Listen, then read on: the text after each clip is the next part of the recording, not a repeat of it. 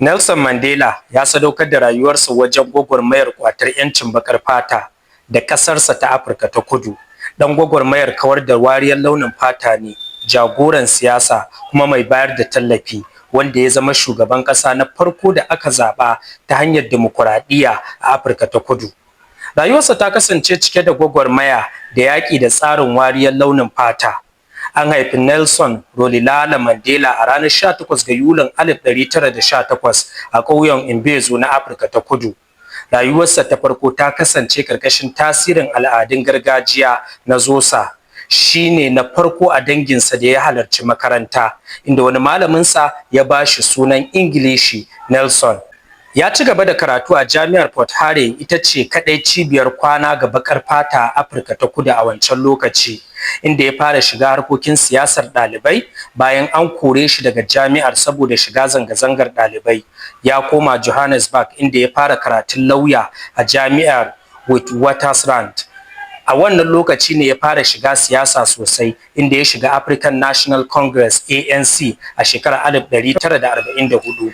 Ya taimaka wajen kafa reshen matasa na jam'iyyar ANC, wato ANC Youth League, inda suka rika fafutukar ɗaukar matsayi mai tsauri wajen adawa da tsarin wariyar launin fata.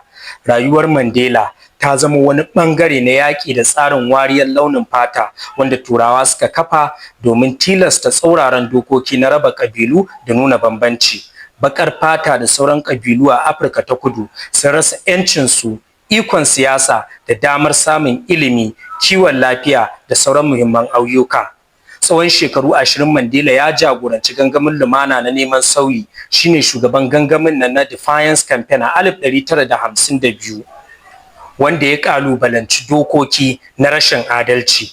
Haka kuma ya taka muhimmiyar rawa wajen tsara manufofin da ake kira Freedom Charter a shekarar 1955, wanda ya jajirce wajen kafuwar al'umma marar waliyar launin fata bisa tsarin dimokuraɗiyya. Bayan kisan kiyashin Shabile a shekarar 1960, inda 'yan sanda suka kashe baƙar fata 69, an haramta jam'iyyar ANC. Ganin cewa gangamin lumanar bai haifar da sakamakon da ake fata ba, Mandela ya taimaka wajen kafa Umkhonto we Sizwe, wato rundunar gwagwarmaya ta ANC. A wannan kadami ne Nelson Mandela ya rika wasan buya, inda ya shahara da sunan Black Pimpernel saboda yadda yake tserewa kamun jami'an tsaro. A shekarar 1962 an kama Mandela, sannan daga baya aka gurfanar da shi a kotu bisa zargin lalata kadarori da kuma shirin kifar da gwamnati. A lokacin shari'ar ya gabatar da jawabi mai ƙarfi na tsawon sa'o'i 4, inda masu laifi ke zama, inda ya bayyana aniyarsa ta tabbatar da ƙasar dimokuraɗiyya da 'yanci ga kowa, kuma ya ce manufar da yake son cimmawa ce har ya yarda ya mutu saboda ita. A shekarar 1964 aka yanke masa hukuncin ɗaurin rai da rai. Mandela ya shafe shekaru 27 a gidan yari cikin yanayin tsananin wahalhalun aiki tukuru, rashin kula da cin zarafi.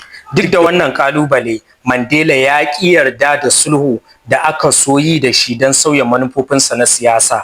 Al'umma daga sassa daban-daban sun yi ta yin gangami da zanga-zanga mai taken Free Nelson Mandela. Sakamakon matsin lamba daga cikin gida da kasashen waje, shugaba FW de Klerk ya saki Mandela daga gidan yari a ranar 11 ga Fabrairun 1990. Bayan sakinsa, Mandela ya jagoranci jam'iyyar ANC a cikin tattaunawa da gwamnatin de Klerk, wanda hakan ya kai ga kawo ƙarshen tsarin wariyar launin fata. Saboda wannan ƙoƙari nasu, Mandela da de Klerk suka sami kyautar Nobel ta zaman lafiya a shekarar 1993. A shekarar 1994, Afirka ta Kudu ta gudanar da zaben dimokuraɗiyya na farko da ya wakilci kowa. Jam'iyyar ANC ta samu nasara sosai, kuma a ranar 10 ga Mayu 1994 aka rantsar da Nelson Mandela a matsayin shugaban ƙasa na farko baƙar fata a tarihin ƙasar Afirka ta Kudu. Shugabancinsa ya mayar da hankali kan haɗin kai da sasanci tare da gina sabuwar Afirka ta Kudu bisa tushen dimokuraɗiyya. Ya kafa hukumar gaskiya da sasanci da a turanci ake kira Truth and Reconciliation Commission domin duba take haƙƙin ɗan adam da aka aikata a lokacin wariyar launin fata. Sannan ya yi aiki tukuru don inganta rayuwar baƙar fata ta hanyar shirye-shiryen samar da gidaje, ilimi da ci gaban tattalin arziki. Duk da wannan, Mandela ya kalubalanci wasu shugabanni a nahiyar Afirka waɗanda yake ganin sun saba daga tafarkin dimokuraɗiyya. ya sha yin Allah wadai da mulkin shugaban Najeriya Janar Sani Abacha bisa take haƙƙin ɗan adam da batun kisan Kensara Wiwa, har ma yayi barazanar ficewa daga ƙungiyar ƙasashe rainon Ingila.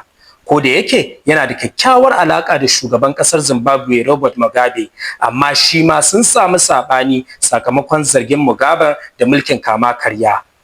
Mandela ya bar tarihi mai ɗorewa na yafiya, haɗin kai da ƙudurinsa na gaskiya da adalci. Ya sauka daga mulki bayan wa'adin farko a shekarar 1999, amma tarihinsa a matsayin gwarzon duniya na zaman lafiya da adalcin zamantakewa ya ci gaba har zuwa rasuwarsa a ranar 5 ga Disamba ta shekarar 2013.